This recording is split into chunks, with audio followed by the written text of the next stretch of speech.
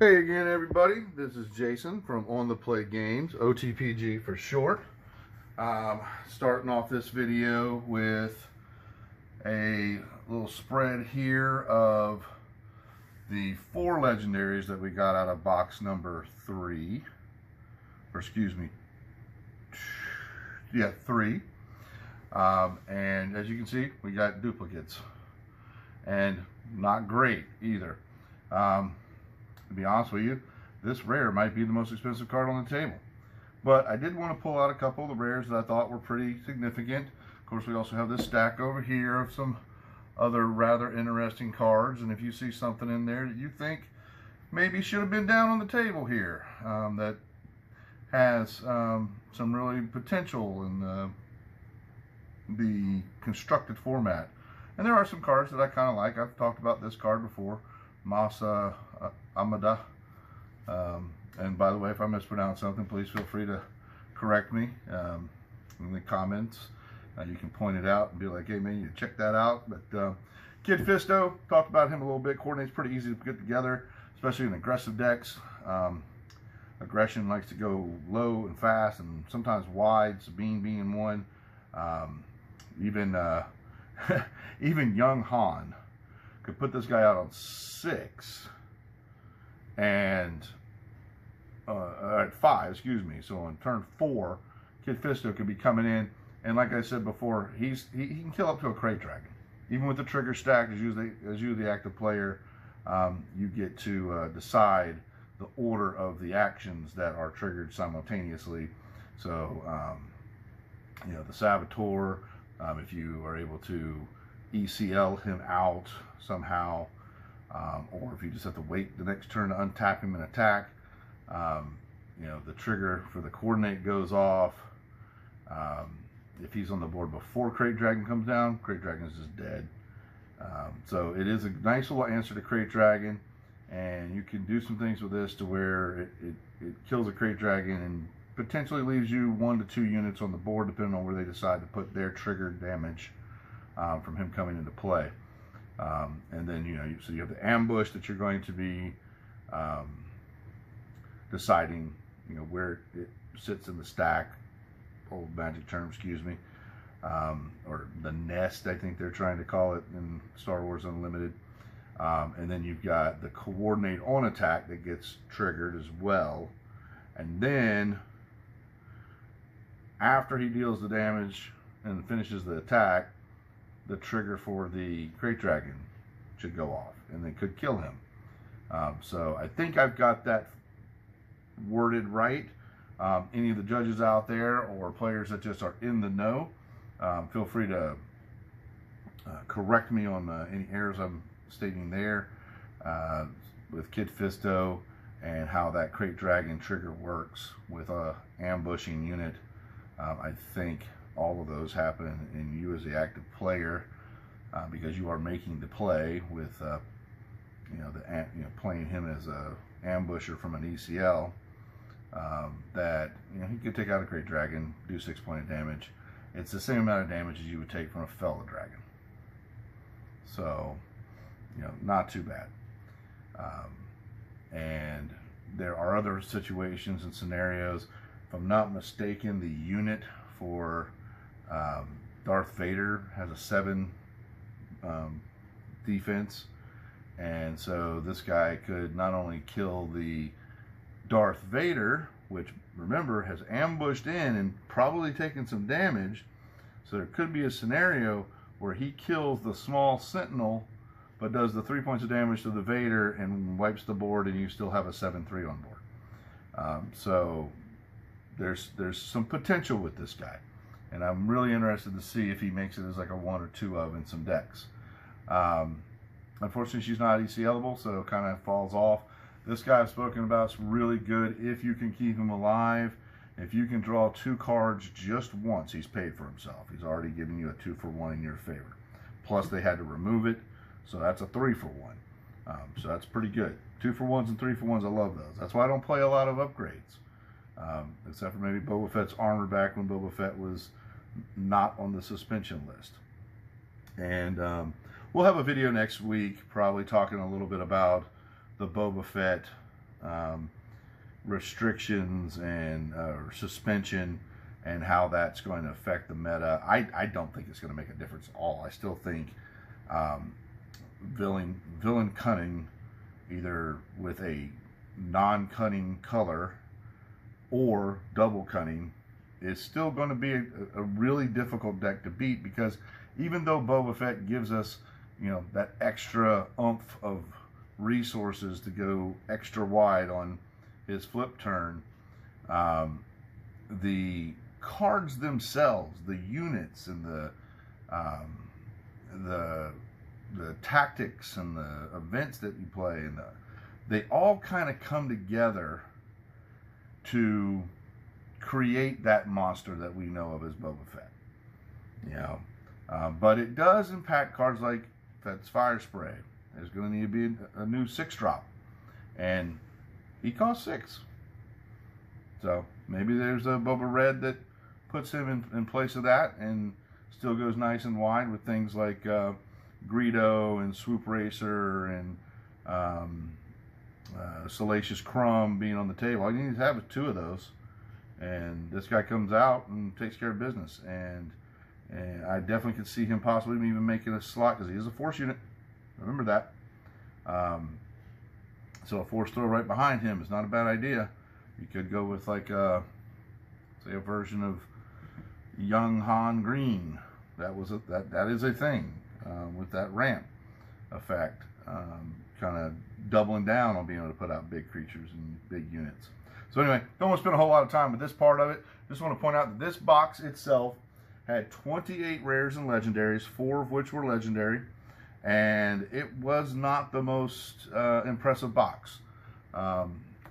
Might not be the worst box out of the 2 cases, but it certainly is the worst box out of the 3 boxes we have cracked from case number 2, courtesy of the players at, or the owners of Myrtle Beach Games. The only reason why I bought 2 cases directly from them instead of splitting it up between the 2 premier shops is nobody knew if they were going to do allocations. And the first shop that came to me saying, yes, you can get 2 cases from us, we have plenty of allocations, was the Myrtle Beach Games shop. So I went ahead and bought a case there. I hope with set 4, I can divide that up between both of the shops, and we can go ahead and, you know, feature each case from each shop, you know, and kind of do a little thing like that. Plus, I don't like the fact that I got all the cases from one shipment. I've noticed that these boxes are having some trends. You know, got a lot of this guy.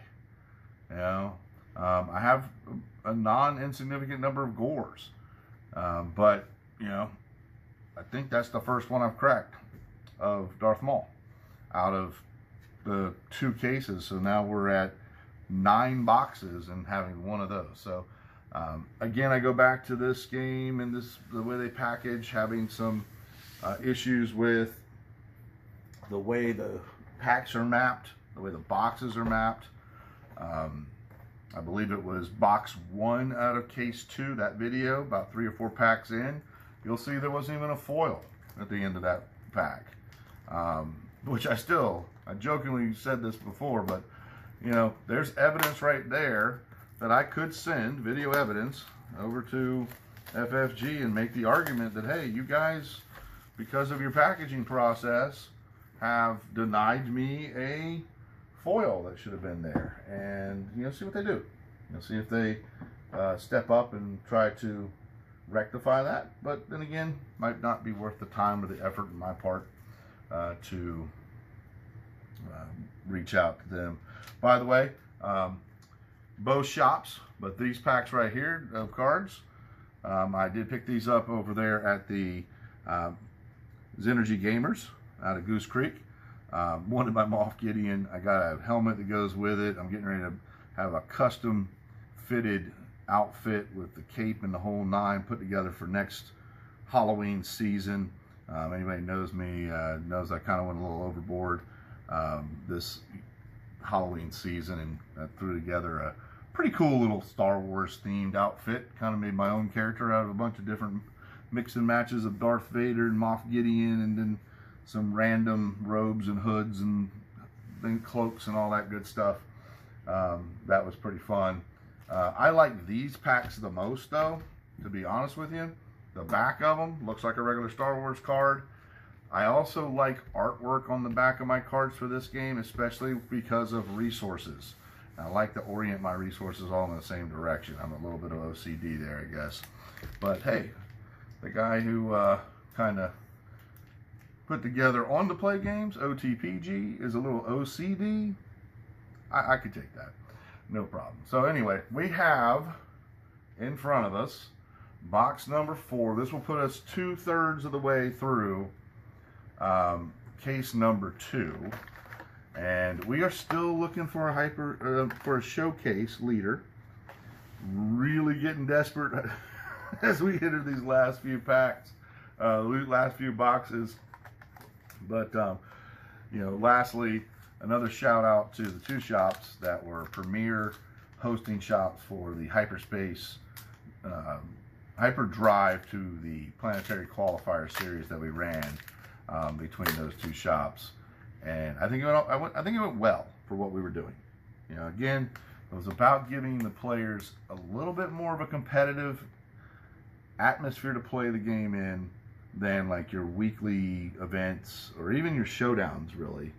And at the same time, preparing everybody for that planetary qualifier, which I've spoken earlier about. We had about 12% of the player base out of the 88 players.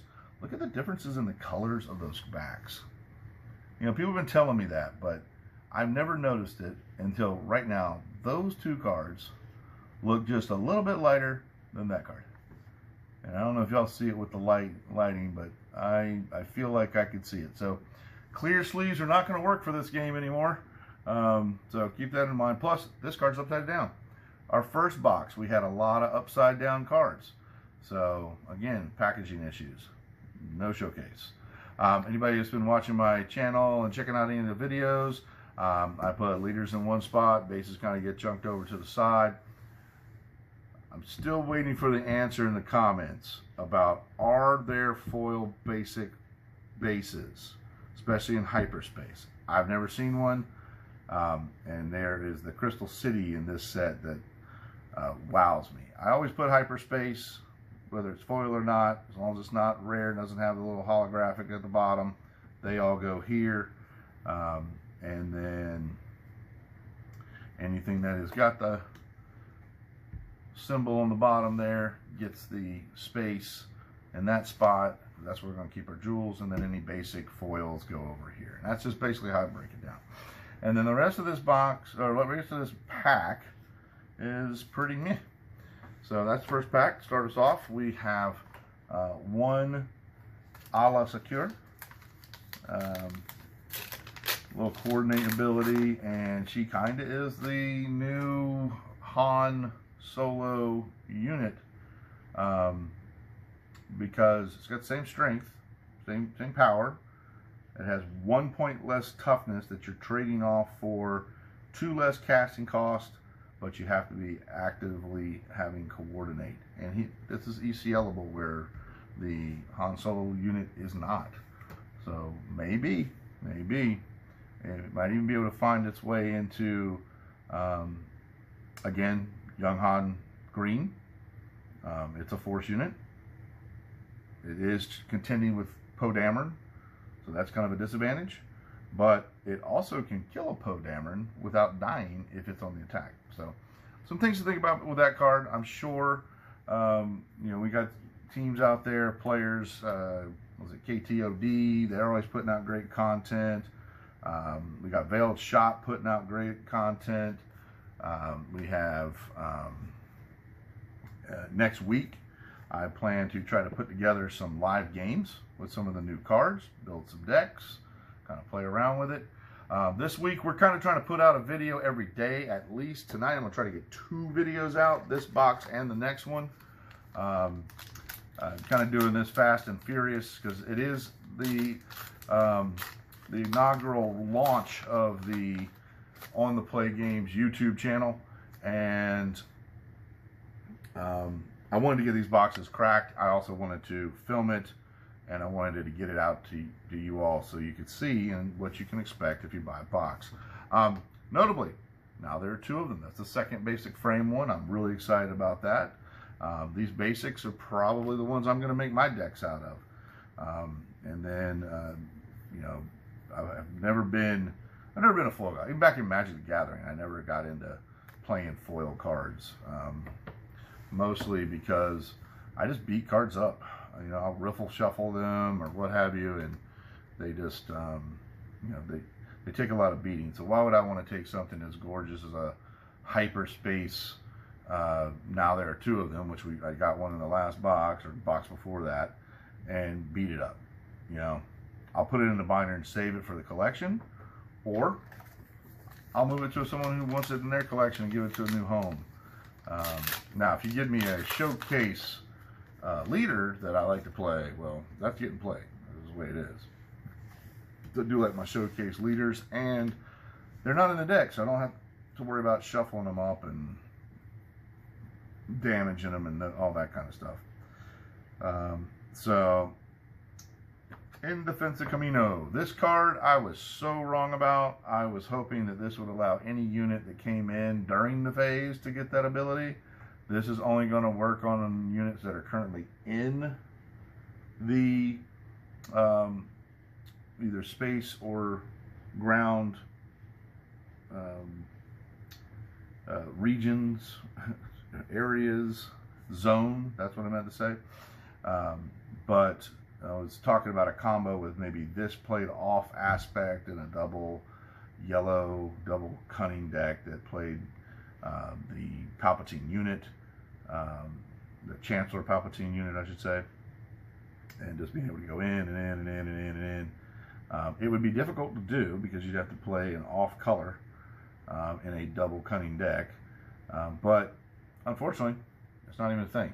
It won't work. I got a Sabine Wren. I really like her. I like the fact that when this unit is exhausted, she can't be attacked. And then on attack, you may discard a card from your deck if it doesn't share the aspect. If it doesn't share an aspect with your base, deal 2 damage to a ground unit. Do you know how easy it is to stack your deck with unit cards, or just cards in general? It's like a reverse quill, or krill. And she's a 4/4 body for 4. It's not a terrible stat line, you know. It would be better if it had a 5 back in, you know, say a 4/5 would be nice. But remember, it's a force unit. We're getting a lot of force units out of this. So keep that in mind, and it could be something. And then we have a nice little foil there. The rest of these are just commons and uncommons. By the way, if you pick up anything from me over $10, we'll talk about some uncommons and commons you might need, and I'll put some extra, you know, things in there for you. Anything that is a common or uncommon under 50 cents is kind of where I am. I might bend for $1, but if there's a $3 or $4 uncommon, don't expect me to give you 3 of those. You know, that's a card that I need to either move or play, one or the other. But if you buy something from me, you don't just, and it's worth more than $10, you don't just walk away with that card. You get a little something extra, just as a token of appreciation. That's all that is. You give a little something extra. And again, giving us a rare base, sad face, and last video I spoke about that. They really did a disservice to the player community in general by putting the bases that are rare in a rare slot, which I think is contributing to the lack of legendaries and extra copies of cards and things like that I was getting, because I had one box that had no lands in it, no rare lands, and then every other box has had roughly between 2 to 5. That's 2 to 5 possible legendary spots taken up, definitely rare spots taken up. And no, that's not acceptable. And again, I think the only reason they did it is because they want to make sure we got tokens, right? Everything about this game is about tokens. So they didn't want to put a rare base on this because rare bases don't have a token background or backside. And I hope that is the only reason they did it with this set. Developers, I know you've been out there pitching the fact that you got rid of Boba Fett because you listen to the players. And I don't think I'm the only player that is sitting here going, no, this needs to be better than that. If you control 3 or more Republic units, this upgrade costs 2 less. Attacking against coordinate, restore 2. That's not a good card. Wish that was not even in that rare slot. And then Steadfast Senator. She was pretty good in the sealed, because you put a 4 body down for 1, you could drop something else out for 1, and paying 2 to pump a unit is not the worst thing. Now it does say attack also with that, so you get the +2 +0, and you shortcut into an attack phase with that additional shortcut action. So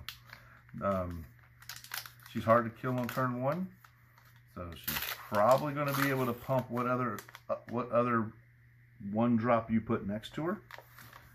Greedo, let's say, just untaps, and now Greedo's attacking for 5. Your first action, boom, hits you for 5. And it is for the attack, so it goes away. Unfortunately, it doesn't stay there for them to take 5 if they crack back into your Greedo. But it really does make them have to choose whether they're going to take a 0-4 out or take out your threats that are actually doing damage. That's interesting. I've gotten, I think, 3 of these now, and it's a beautiful card. It's just not a good card. Real pretty art, beautiful in hyperspace foil, but that's about it. This card, I mean, it should be an uncommon.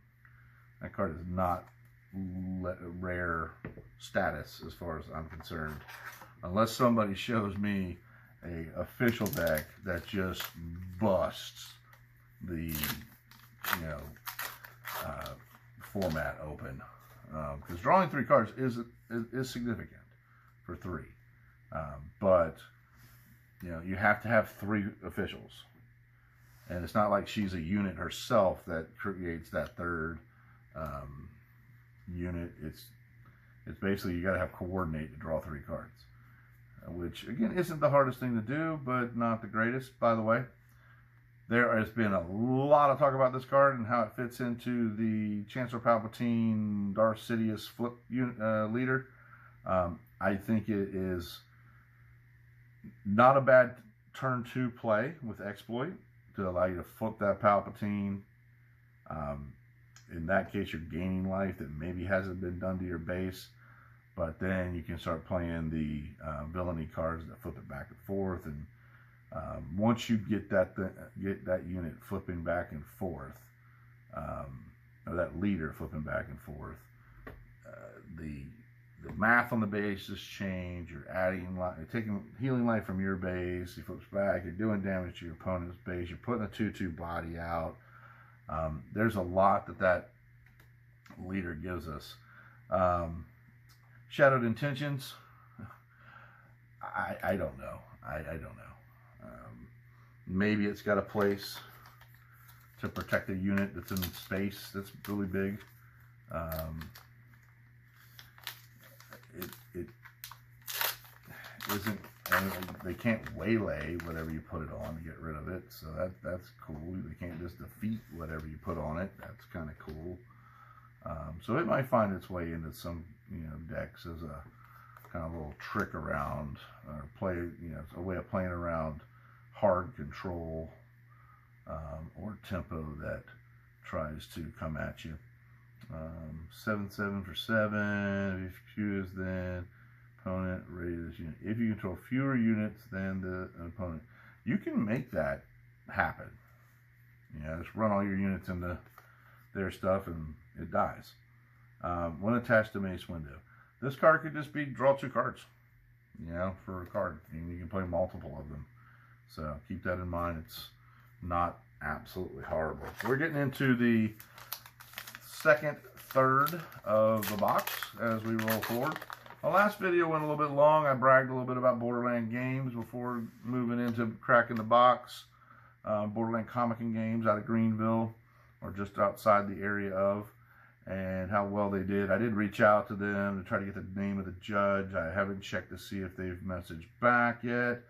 I will probably follow up with a phone call to try to get some names and stuff, because they did a great job. They are on the absolute opposite side of the state from where I am, but at the same time, we had a lot of players from our area that joined their event. We had 2 out of the top 8 players were finalists in our hyperdrive events. So that just tells me that, you know, one, we got great players here, so they probably would have done well with or without the hyperdrive events, but that we did give them a opportunity to kind of, you know, play at a little higher level. Finn, wish he wasn't double blue. Other than that, he's a great card. He gives a little baby Boba Fett armor to something. And no showcase to speak of yet.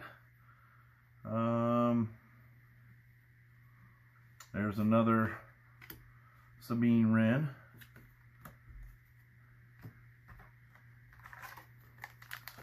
And again, you know, I kind of like her. You know, can't be attacked.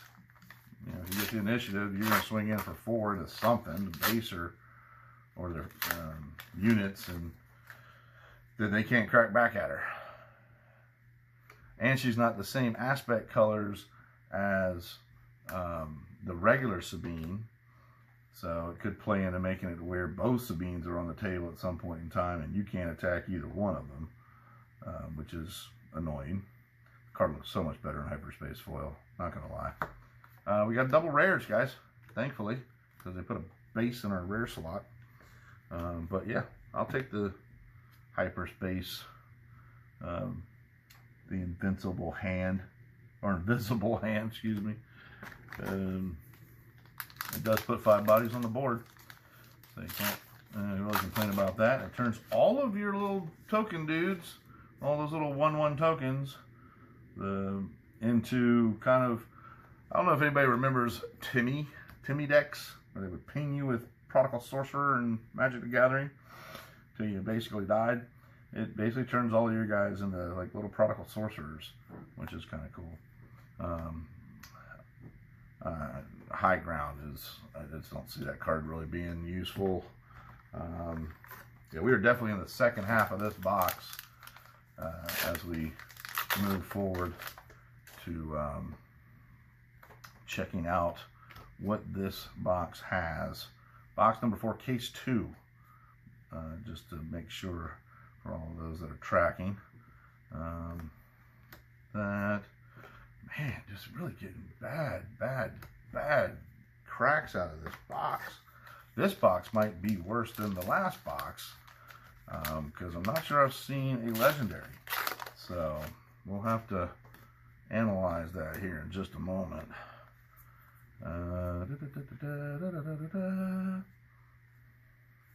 Hey, General Grievous. I might actually be close to a place of the basic frames.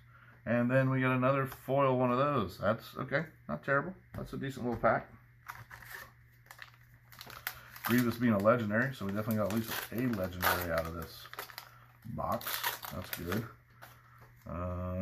Man, getting all the non-showcase Obi-Wans, William. William up there at Myrtle Beach Games is definitely looking for a showcase Obi-Wan. I'm looking for the Yoda and the Flip Palpatine. So if you have any of those and you want to trade for any of this stuff that's here, definitely hit me up. I am a trader before I'm a seller, and I am a organizer before I am a player, and I am a terrible player. So you give me a small event with about 12 players, yeah, I'll usually end up in the top 4, maybe. You give me a room full of 88 players and 7 rounds of Magic or Star Wars Unlimited, and I end up not doing so well. You know, I had my my hopes kind of deflated really early in the planetary qualifier with a round 1 loss. Which is funny though, because William Hannon also had a round 1 loss. And he went straight win, one straight out from there, and came in the top 4. Which again, 25% of the top 4 were finalists in the hyperdrive events. So 12% of the total player base, slightly a little bit more than that. Double rare pack there, pretty good. And representing 25% of the final rounds, the final elimination rounds, the top cut, and also the top 4. And then we did not have anybody that was part of our events that were in the final table. Ray just had something to say about that. And Ray that weekend had something to say about a lot of things. About Boba Fett, about Sabine, about all the set 1 leaders. Just walked right through them. Look at us getting all those non-showcase Obi-Wans out of the boxes. There's that. Hey, I like a little foil resupply. That's not terrible. We're down to our last 3 packs. Whew.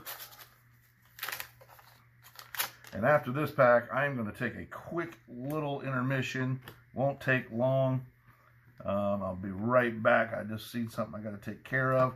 Another rare base and that. I'll be right back. Hang tight.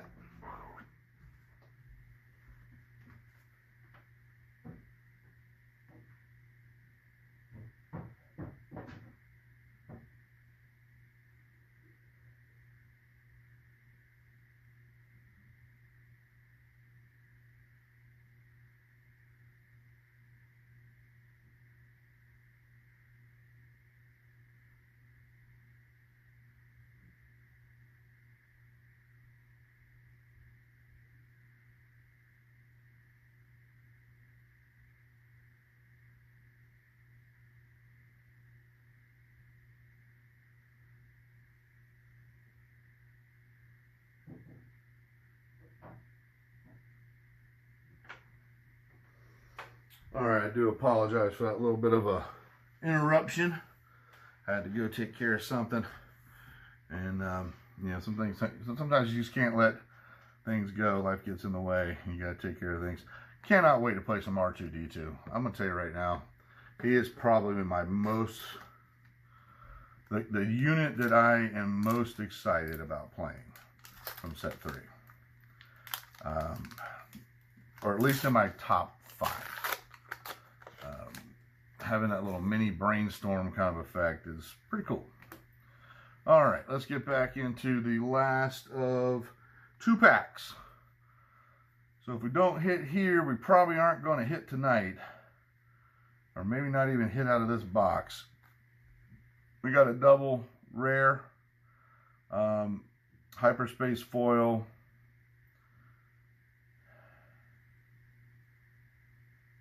And you can play around his ability a little bit. I don't think anybody will play around his ability. His stats aren't terrible for a 4 cost.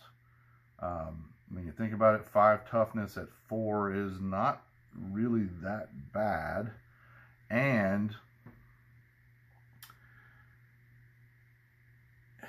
he comes out the same turn as Sabine and is able to kill her. So let's say you put your 4th resource down, they flip their Sabine, and you just immediately ECL him in. If you're playing like a cunning green deck, cunning command, he just immediately comes down. They've tapped out most likely by the time they've put their Sabine out, so you might even get the droid token too. But the battle droid token is just kind of like a little extra thing. It's one body, not the biggest thing in the world, but he could take out a Sabine on turn 4. I got to give him that. So something to think about before they put that Sabine's armor on him. You can just go ahead and wreck. And again, another 4/3, but a 3 toughness. This card I don't think is good enough. I think that 3 toughness really does kind of kill the card. All the other text on it's kind of cool. Looking for tactics and those things, pretty cool. You know, anything that lets you look through and pick out cards in your deck. I've always liked those cards. You know, Darth Vader, awesome. Triple Dark Raid, awesome. You know, those kind of things, definitely worth checking out and playing around with. And then we are disappointed with the Tranquility. I don't think it's that good of a card. And we have a Guarding the Way. Give a unit Sentinel for this phase. If you have the initiative +2/+2. You would literally have to play this card alongside I Have the High Ground to really get there. And then also force them to attack. And they can just sit back and be like, all right, we'll just take 1 turn off, expand the board, and we're done. But that's all of that box. That went really quick. I think we're just under 30 minutes right now. I'm going to take a real quick look and see if we have how many legendaries we have. I know we got at least 1 with the General Grievous, which I finally started not calling him something else. Can't even remember what I was calling him. And he might be the only legendary. This might be the first single legendary box that we have opened up. And, oh, never mind. Forgot about that. And that is technically a legendary too. So we got 3 legendaries. The General Grievous, I think the regular one's like right around maybe $12. Or 8. You know, it's hovering on one side or the other of 10. Now there are 2 of them, which is now called NTATOT in the shorthand. Just like on the play games, everybody loves the shorthand thing. So Trevor from Mondo Deck Tag hit that in one of his comments, and I looked at it like, what? Oh, that's what he's talking about.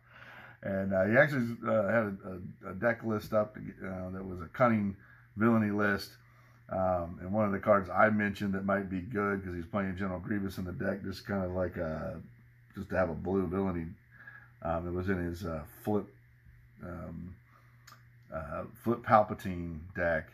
And we talked a quick second about that. And then he talked about the possibility of Triple Dark Raid because he likes the big fat air units that the darker side of that deck list can produce, and it just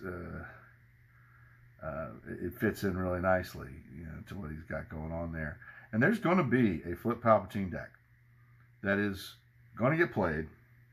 Maybe it's only a meme deck, but it does have a lot of potential. And now we're in an era where there's no Boba Fett, so something has to step into the mid range. I'm looking at young Han Blue. I'm looking at yellow Han Solo. And then there are a few leaders that we have that can step into that same shell. I mean, there's a lot of people talking about Jango Fett.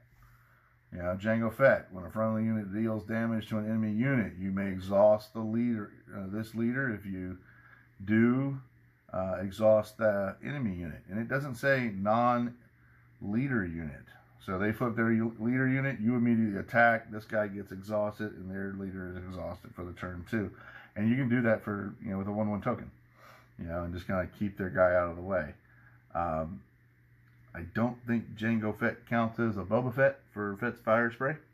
I don't think it counts as for the Boba Fett armor. But it is interesting. Another one that I think is really good, if I have one here that would fit in that shell, is Asajj Ventress. Attack with a unit. If you play the unit this phase, it gets +1/+0 for this turn. Note, you can attack bases. You can attack units. There's no restrictions to that. And her flip side, on the attack, if you play an event this phase, this unit gets +1/+0 for the attack and deals combat damage before the defender. So that last line, after the word "and," that is a lot. So on the front side, attack with a unit if you played an event, and on the back side, when you attack with this if you played an event. So first strike, bam, boom, I hit you. First strike, I kill almost anything, you know, in the game. You get the +1/+1, so it's a 4. You get the +2/2 or +3/3 from the first strike, not first strike, from the surprise strike, excuse me, and you swing it for 7 and you take no damage. So these are cards that are in set 3 that I think can step up. And don't forget, Cad Bane's still out there lurking around like, hey, you know, don't forget about me, guys. I'll ping your your units left and right. The only problem with Cad Bane is, unlike Asajj, it doesn't matter if you play against a deck that doesn't have any units. If it's just a straight hard control, she is still making things happen. Jango Fett, they got to have a unit down for it to be worthwhile, you know. So I'm leaning more to her, even though she has like the 4 toughness, but there are ways around that. And one of those ways around that is some of the new rare bases that we got. So anyway, without further ado, I'm going to go ahead and end this video. We have gotten this many rares, that many legendaries. So that's 3, 4, 5, 6, 7, 8, 9, 10, 11, 12, 13, 14, 15, 16, 17, 18, 19, 20, 21, 22, 23, 24, 25, 26, 27, 28. We're another 28 rare legendary box. I've been keeping track of them over here on my little piece of paper. And box number 4 had 28 with 3. So we've opened 4 boxes out of this case. We had 28 with 5 legendaries, 27 with 3 legendaries, 28 with 4 legendaries, and box number 4 produced 28 with 3 legendaries. So it's hovering right around 28 per booster box, and that's not terrible. So until again, we're going to record another one tonight and try to get 2 posts up, 2 videos out tonight. So we will be down to 1 more box left, and then I get to do all the inventory and sorting and all that kind of stuff, and start looking for completing my sets, and then start working towards helping, while at the same time helping other people complete their sets as we trade back and forth. And then I'll have a bunch of stuff to put up either on a TCG player that I'm going to put together, or I did mention before we're looking for a host shop to be the official home of the On the Play Game Network, or Game Shop Network.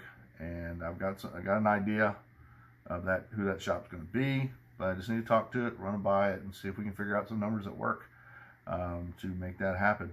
And you know, again, shout outs to the Premier Shops again. Make sure you check in with Han's live stream. It's going on like right now, if I'm not mistaken. It's in 5 minutes from this recording. So this will come out a little bit after it starts, because I am going to try to upload this here shortly while I'm watching a little bit of the Myrtle Beach games. William Hannon, excuse me, and Hannon's with a Z live stream on his YouTube channel, Hannon's. And I hope one of you guys watching here takes a look at that, wins that box. I just want to win the chips, the little tokens, as I somehow don't have one of the most important tokens, and that's an epic action token, the Orange X. I'm missing one. If anybody's got one and they wouldn't mind throwing it my way, I'd love to get a hold of one of those. It'd be great to have a second one if I ever decide to play one of our one of our bases with an epic action. But until next time, cheers. May the force be with you. Be careful out there in that new world, both on the tables and on the streets. But for all of you, really, I hope you get a chance to put together something kind of cool now that we don't have Boba Fett in the way. I hope Sabine doesn't just blow everybody out, because Boba Fett, I know, is keeping Sabine in check. And now it's up to us to figure out how we prevent this meta from turning sideways. We're the players, guys. We're the ones that make the cards do the things that the cards do. Final Fantasy games, they just design them. We're the ones that have to actually use them and figure out ways to abuse them and make powerful combinations happen. So make sure you're out there doing it. Next week, we're going to slow down a little bit on the videos. It might be only 1, maybe 2 a week at that point. Going to talk a little bit about some decks. Going to try to get some live games captured, and maybe even remote in with William, if possible, to get a match played together in a way that doesn't breach his contract with Final Fantasy games. We can't do it on Carabas or any of that kind of stuff. That stuff's all third-party, non-official. So, you know, maybe I whip out my mat, he whips out his, we throw some cameras down, we watch each other's feed, and we kind of play in, see how that goes, test it out, and be able to bring you guys some live game action, in addition to just some games at my table where I play with a friend, you know. And so look out for that stuff coming up next week as we kind of dive in a little bit to this set 3 and how it's going to interact and change the meta, especially post Boba Fett. So again, cheers. May the Force be with you. And until next time.